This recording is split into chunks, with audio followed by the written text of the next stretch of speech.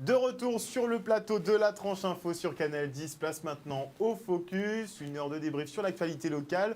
Mais aujourd'hui, nous sommes jeudi et donc le jeudi c'est anthropologie et nous recevons notre spécialiste des humanités classiques africaines, Nusere Kalala Omotunde. Bonsoir Monsieur Omotunde. Bonsoir. Alors j'ai annoncé justement précédemment que nous allons parler ce soir donc du changement d'air. Mais ça peut ne pas parler à tout le monde. Est-ce que vous pouvez être précis sur cette question d'air ? C'est-à-dire que, en fait, beaucoup de personnes m'interrogent par rapport à ça et aimeraient comprendre. Et je pense que c'est quelque chose d'important pour nous, vraiment, parce que ça vient de notre tradition africaine. Il faut savoir qu'on en parle, c'est quelque chose qui a été diffusé par la suite par nos astronomes de l'Antiquité, mais à l'origine, c'était une notion qui était connue qu'en Afrique. C'est pour ça que lorsqu'on parle de spiritualité, de religion, de Dieu unique, il faut commencer par l'Afrique, parce que c'est d'Afrique que c'est parti. Et ça, c'est important de le souligner. Et tout ça est rattaché aussi à la notion de calendrier. Les gens n'ont pas toujours conscience que nous utilisons des concepts, nous utilisons un certain nombre de découvertes, de choses que nous avons aujourd'hui. Je prends par exemple, vous prenez la serrure codée, la clé codée, c'est une invention de l'Égypte ancienne. D'accord. Vous voyez, donc avec une serrure en métal, une porte en métal, tout ça, ça vient de l'Égypte ancienne. Les gens n'ont pas idée que lorsqu'ils utilisent une clé, lorsqu'ils vont aux toilettes, ils utilisent un couteau, une fourchette, même la cornemuse, là, tout ça, c'est de l'héritage de l'Égypte ancienne. Le baseball, le hockey sur gazon est venu après. Voilà.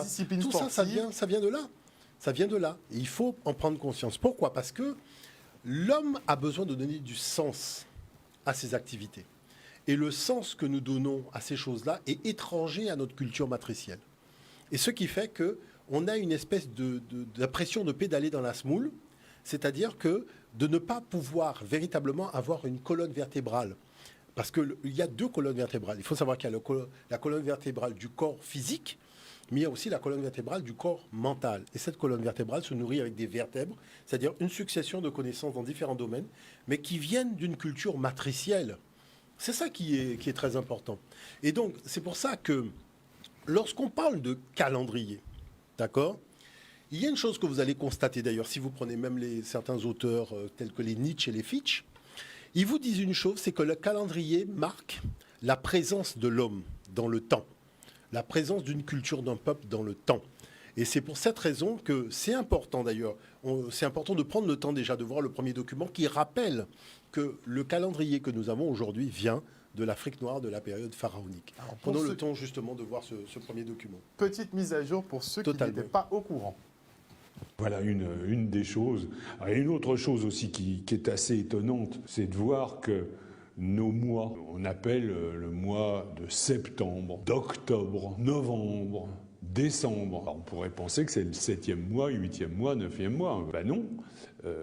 Octobre, justement, c'est le 10e mois. C'est assez curieux. En fait, ça vient du calendrier romain, donc, qui, lui, est un héritier, justement, du calendrier égyptien. Et donc, Jules César a eu la bonne idée, donc, d'aller à Alexandrie et de copier, finalement, le calendrier égyptien. Il en a fait le calendrier julien, qui est un calendrier génial, vraiment génial. Alors, ça commençait au mois de mars, comme le calendrier romain d'avant. Mars, avril, mai, juin, juillet, août, septembre, c'est bien le 7e mois, octobre, le 8e mois, novembre, 9e mois, décembre, 10e mois, et le dernier mois, étant le mois de février, c'est là où il ajoutait un jour tous les ans. Le premier mois devait avoir 31 jours, le deuxième mois 30, 31, 30, 31, etc., jusqu'au bout. Et à la fin, 30, et tous les 4 ans, 31. Parfait. Puis il meurt avant d'avoir vraiment tout réalisé son truc. Et du coup,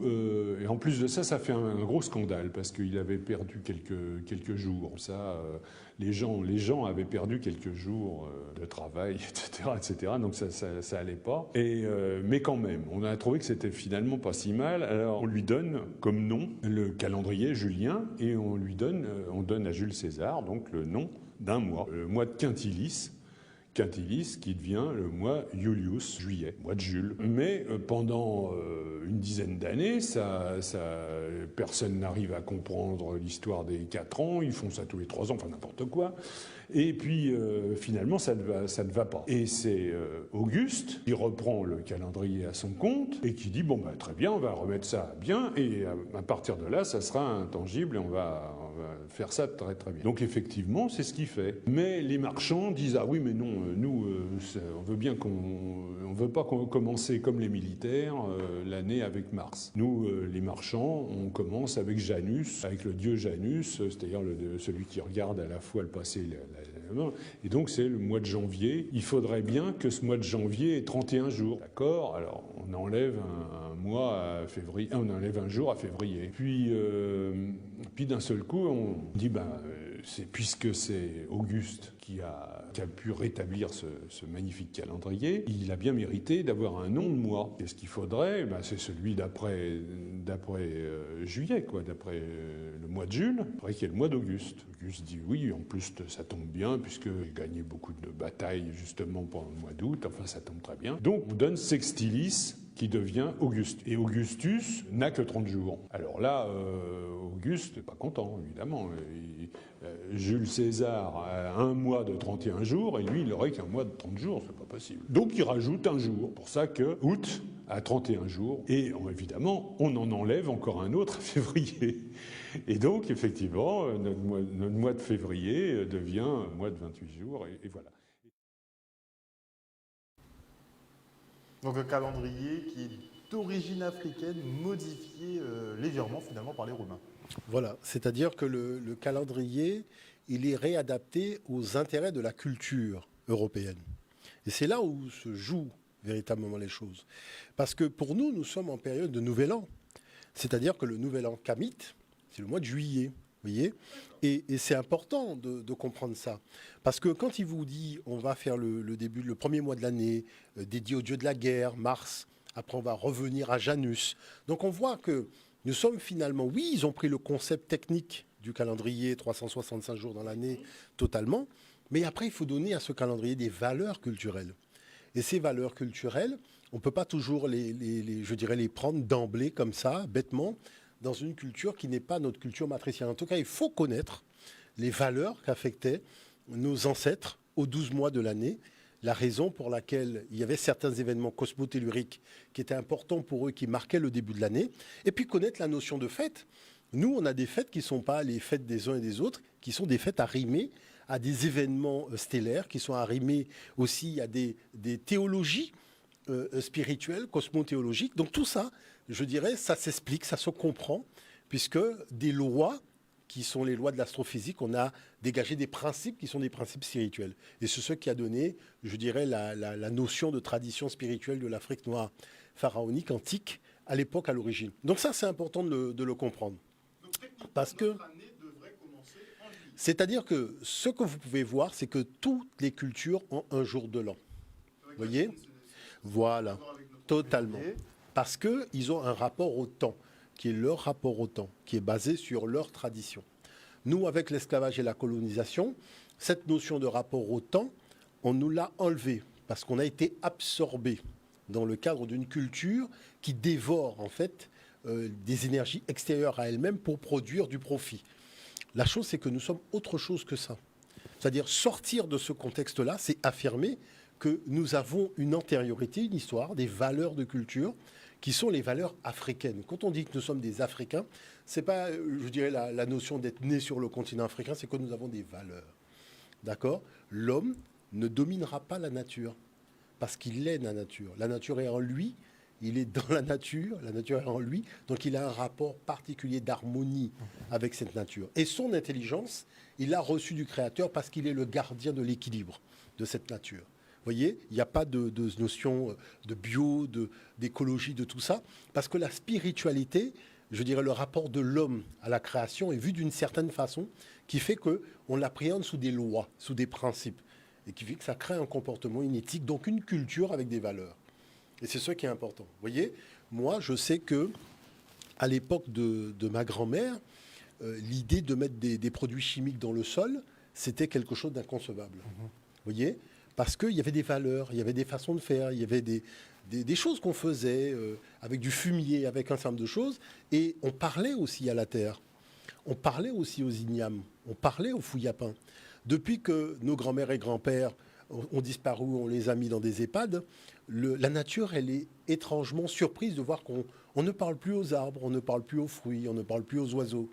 Alors que les oiseaux continuent à nous parler, les vaches continuent à nous parler, c'est-à-dire le bœuf et là, il te parle, mais on n'a plus le code pour comprendre ce qu'il dit. Vous voyez, c'est pour ça que qu'on est coupé de la nature en fait. Alors moi, je vous dis que, en tout cas, je dirais que nous avons eu à l'Institut Africamat Thomas, qui était quelqu'un d'ici, et qui nous a amenés dans la nature pour nous parler du langage des animaux. On a vu comment un lézard parle, un oiseau parle, une vache parle, un bœuf parle, un cabri parle. Et même si on dit, mais attends, mais Thomas, qu'est-ce que tu racontes? Il te dit, mais regarde. Et c'est vrai que je constate qu'il y a un langage, vraiment. Vous arrivez dans un lieu, pour la première fois, vous avez un comportement de l'animal qui est là, qui essaye de rentrer en relation avec vous et de comprendre, est-ce que vous comprenez son langage? Vous voyez ce que je dis par là? Et c'est véritablement ce qui se passe. Donc, qui fait que, je dirais, la relation de l'homme avec la nature, vous savez, la grande théologie africaine, c'est de dire, si tu n'es pas en paix avec la création, si tu n'es pas en paix avec toi-même, tu ne seras jamais en paix avec ton prochain. Et tout le monde le constate. Hein. C'est-à-dire la paix extérieure, tout simplement, est basée sur une paix intérieure. Et c'est parce qu'il y a un conflit intérieur avec aussi la création que le comportement de l'homme se manifeste sous la forme du conflit dans ce qu'il dit, ce qu'il pense et sa façon de faire. Vous voyez, donc tout ça, ce sont des choses qui sont relativement importantes. Donc quand on a posé la notion de rapport au temps, c'est parce que les ancêtres, c'est pour ça que vous voyez, par exemple, le tome 2 de Cosmogénèse que j'ai écrit sur cette question, je l'ai appelé « Comprendre le grand livre du ciel ». Pourquoi j'ai appelé cet ouvrage-là « Comprendre le grand livre du ciel » Parce que, tout simplement, le ciel est un message codé.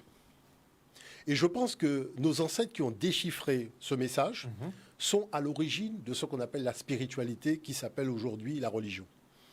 Et que c'est tout simplement parce qu'il y a un ordre stellaire. Il y a une harmonie stellaire. Et il y a aussi quelque chose d'extraordinaire, c'est-à-dire que l'homme qui lève les yeux au ciel a des pensées positives. Tandis que quand il regarde le sol, c'est là qu'arrivent les pensées négatives.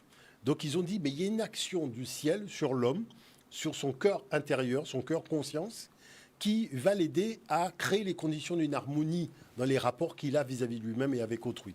Vous allez voir que, d'ailleurs, le comportement change lorsqu'on passe plus de temps à regarder le ciel qu'à regarder le sol. Parce que les énergies ne sont pas les mêmes. Il y a des énergies d'élévation, vous voyez.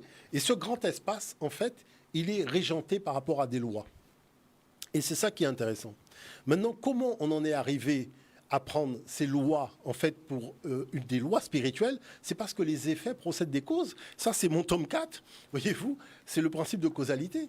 C'est-à-dire qu'ici, on passe du temps à discuter des effets, alors que tous les effets sont arrimés à des causes. Et qu'il serait peut-être temps que... je dirais sur les causes. Mais bien sûr, parce que quand on parle de développement économique, je dirais il y a des causes qui créent le sous-développement. Vous voyez ce que je veux dire par là? Donc, au lieu de passer du temps à parler des effets, c'est aussi intéressant de voir aussi en amont les causes. Et donc, il y a une énorme découverte qu'ils ont fait, les ancêtres, c'est ce qu'on appelle la précession des équinoxes. Et cette précession, la précession des équinoxes, c'est-à-dire qu'il faut voir que le calendrier était déjà une grande découverte. C'est-à-dire 365 jours, le temps que prend la Terre pour faire le tour du Soleil, c'est extraordinaire. Mais il y a encore plus grandiose que ça. Pour moi, c'est au-dessus de la construction des pyramides.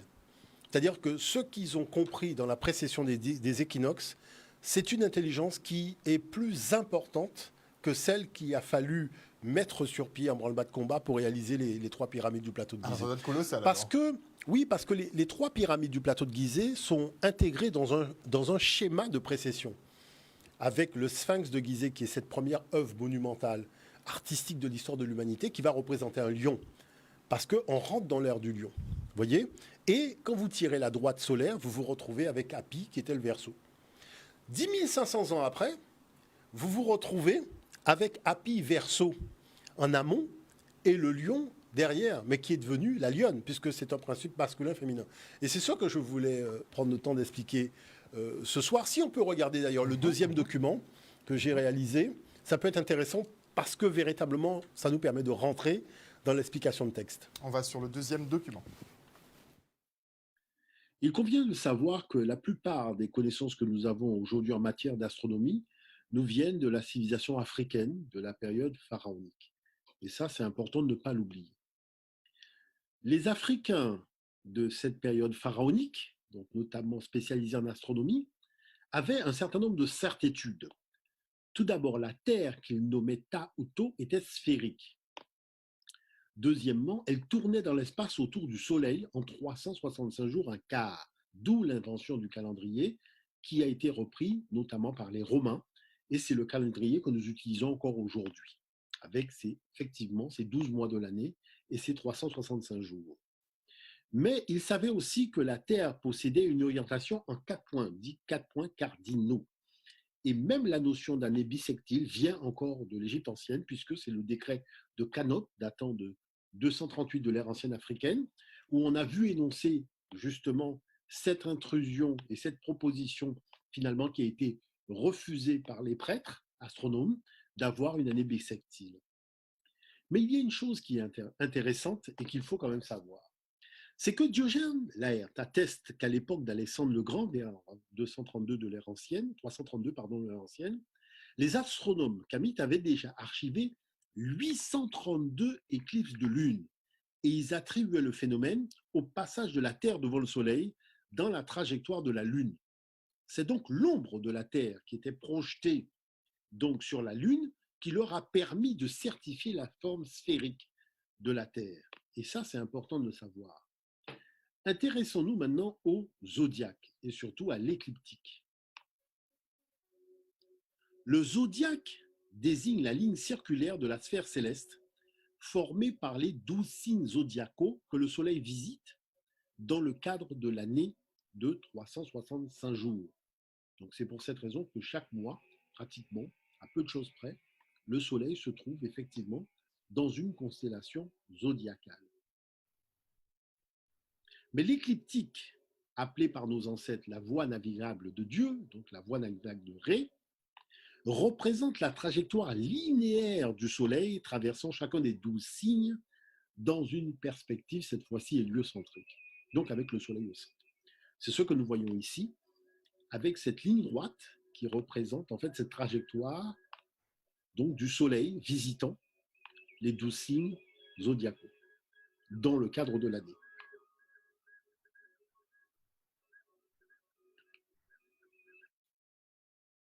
Le plafond zodiacal de Dendera, donc qui a été découvert dans le temple d'Hathor en Égypte, date de -50. Mais, chose particulière, il représente déjà une voûte céleste qui atteste de la haute maîtrise finalement des lois astronomiques des astronomes et des scientifiques africains de la période pharaonique.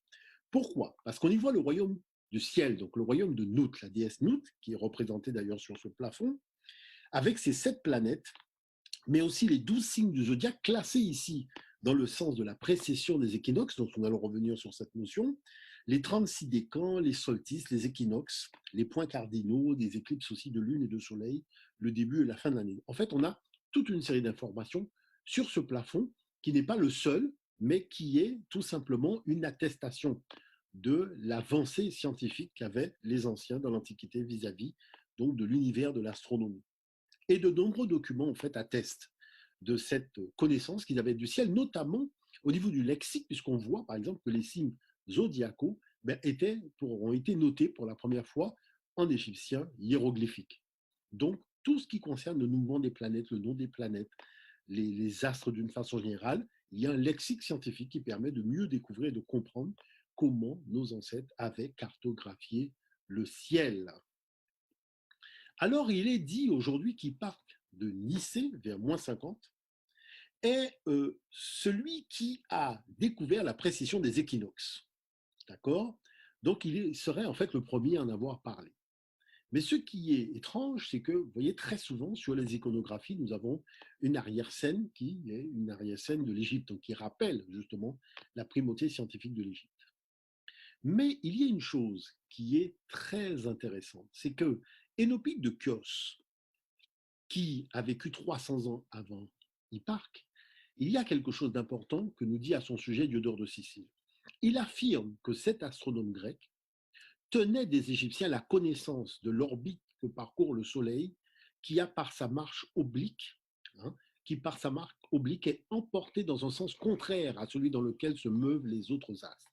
C'est exactement la description de la précession des équinoxes. Donc on voit ici que Diodore reconnaît que la paternité de cette notion revient effectivement aux astronomes de l'Afrique noire de la période pharaonique.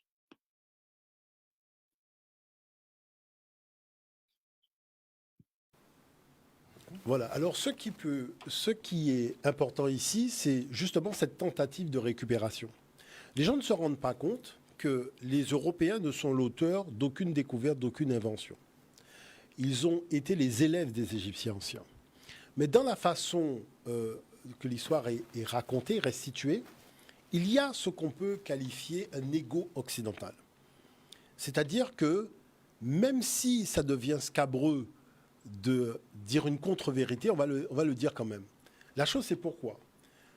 Je pense que l'enjeu, c'est de donner aux jeunes générations de l'Europe cette impression que le monde entier doit aux populations européennes le savoir qui est celui qui est aujourd'hui sous nos yeux présenté dans le cadre de ce que nous voyons dans les médias et autres.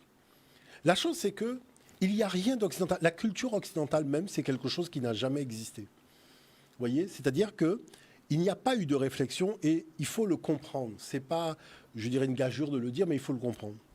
Les Occidentaux sont des nomades. D'accord ? C'est-à-dire quand on est nomade, on ne prend pas le temps d'observer l'environnement. Or, la science est née de l'observation de la nature, de l'observation des effets et de la compréhension des causes. Et il faut du temps. Quand vous faites le calendrier, quand vous faites la précession des équinoxes, c'est un cycle de 26 000 ans, vous ne pouvez pas avoir un Hipparque de Nicée qui sort d'une boîte magique avec une baguette magique, c'est pas possible. Il n'y avait pas de génération de prêtres astronomes en Europe. Ça n'a jamais existé. Donc, quand vous élaborez des lois en matière d'astronomie, il faut disposer de tables de repérage des astres dans le ciel. Et c'est pour cette raison que la bibliothèque de l'Europe était à Alexandrie, c'est-à-dire en Afrique. Parce que là, il y avait des tables d'observation de plusieurs milliers d'années. Mais ce qui est quand même relativement percutant, c'est de voir que le savoir astronomique de l'Égypte a commencé en Afrique il y a 200 000 ans. C'est-à-dire qu'il y a 200 000 ans, on a des observatoires astronomiques, puisqu'on parle de Nabta Playa, mais il y a beaucoup plus ancien que Nabta Playa.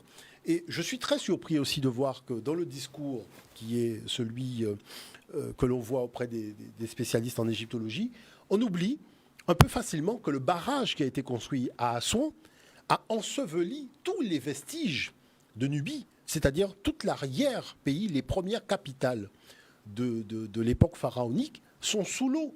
On n'a pas pu sauver tous les monuments. C'est vrai, on a sauvé Abou Simbel, on a sauvé le temple de Philae, mais on n'a pas pu tout sauver. Il y a beaucoup de preuves qui sont encore englouties sous les flots. Donc il faut avoir beaucoup d'humilité. La chose, c'est que c'est intéressant de voir On va marquer une petite page de publicité et on reviendra tout de suite avec Nusere Kalala Omotuni.